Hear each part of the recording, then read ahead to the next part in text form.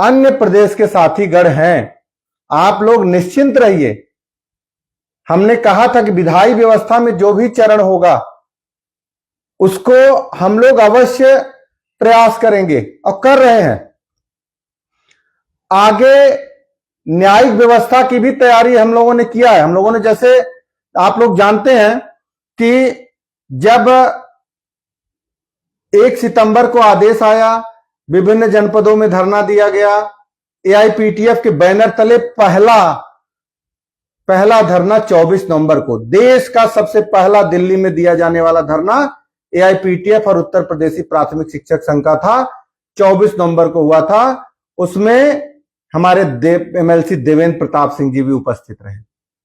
ऐसी शख्सियत है देवेंद्र प्रताप सिंह। तो उस समय यह बात कही गई कि चाहे जो भी तरीका होगा, हम लोग किसी न किसी तरीके से देश के शिक्षकों के हित के लिए लड़ेंगे। और आज के समय में आप कतई परेशान मत होइए। एक शुरुआत है जो उत्तर प्रदेश से ये किया जा रहा है, लेकिन इसके अलावा हम लोगों ने 24 नवंबर को संघर्ष किया, जब 10 दिसंबर को माननीय देवेंद्र प्रताप सिंह जी के नेतृत्व में माननीय धर्मेंद्र प्रधान जी केंद्रीय शिक्षा मंत्री से हमारी आईपीटीएफ की टीम मिली थी। उस समय हमारे राष्ट्रीय अध्यक्ष जी भी थे, बसवराव गुरकर जी। उस समय जो धर्मेंद्र प्रधान जी ने कहा था कि आप पहले न्यायालय में लड़िए, वहां हम प्रयास करेंगे आपके साथ, अगर वहां से नहीं कुछ होता तब हम विधायी व्यवस्था के बारे में हम प्रयास करेंगे, ये उनका लफ्ज था। और वही सोच करके हम लोगों ने लीगल टीम बना करके देश के 2 सबसे बड़े और हमारे लीगल टीम से जुड़े अन्य प्रदेश के साथियों के द्वारा बड़े अधिवक्ताओं को किया गया और हम लोग वहां भी लड़े। तो ये चीजें कहीं न कहीं हम लोगों के लिए आज वहां कहते हैं कुछ नहीं मिला, 1 साल बढ़ा, हम लोगों को लड़ने के लिए मौका मिला। और प्रयास की सार्थकता ये रही कि जो अमेंडमेंट आया, आप देखिए अमेंडमेंट ये जो 29 तारीख को जो आदेश आया, 13 मई को जो सुनवाई हुई थी रिव्यू की, उसमें भी लोग टीका टिप्पणी कर रहे हैं। उसमें लोग बता रहे हैं कि इसमें टेट शिक्षकों के लिए नहीं की गई है, लेकिन आप पैरा 34 को स्पष्ट रूप से पढ़िए, उसमें लिखा गया है।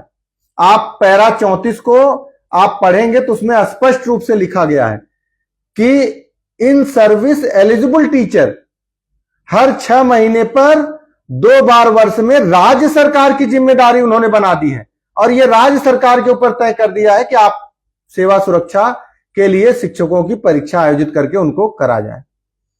आप किस तरह के मुगालते में हैं?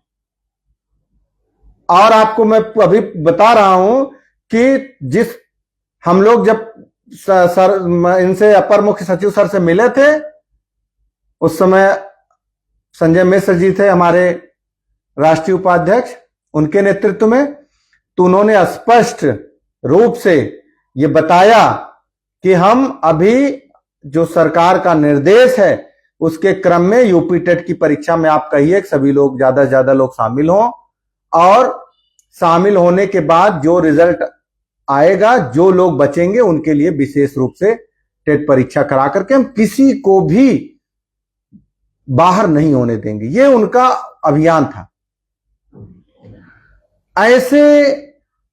ऐसा लोग कह रहे हैं कि ये, अब जब हम देखिए कुछ लोग बात करते हैं उस पर भी अब मैं आना चाहता हूं, जिनको कुछ नहीं करना है। आप बताइए कि हम अभी तक चाहे 1 सितंबर से लेकर के कौन काम किया, कौन कोर्ट में लड़ा, कौन सड़क पर लड़ा, कौन कहां लड़ा, कौन लगातार लड़ रहा है, एक तो वो है, और एक दूसरा वो है जो अनर्गल आरोप लगा करके, अनर्गल प्रयास करके हमेशा रोकने। किसने रोका भाई? जो संगठन के बड़े रहनुमा बन रहे हैं, किसने रोका कि आप संघर्ष मत करो, आप कहीं मिलो मत? आपने तो कोई प्रयास नहीं छोड़ा, लेकिन जितनी आपकी पहुंच उतने कर पाएंगे। लेकिन आप आरोप प्रत्यारोप करके लोगों को रोक, लेकिन हम लोग रुकेंगे नहीं। आज ये उत्तर प्रदेश है, कल मध्य प्रदेश, झारखंड, उत्तराखंड, दिल्ली, पश्चिम बंगाल, कहीं से कोई शिक्षक का हित नहीं होने दिया जाए। ये तो एक बयार है, जब चलती है तो चलने लगती है, लोग इससे उभरने लगते हैं।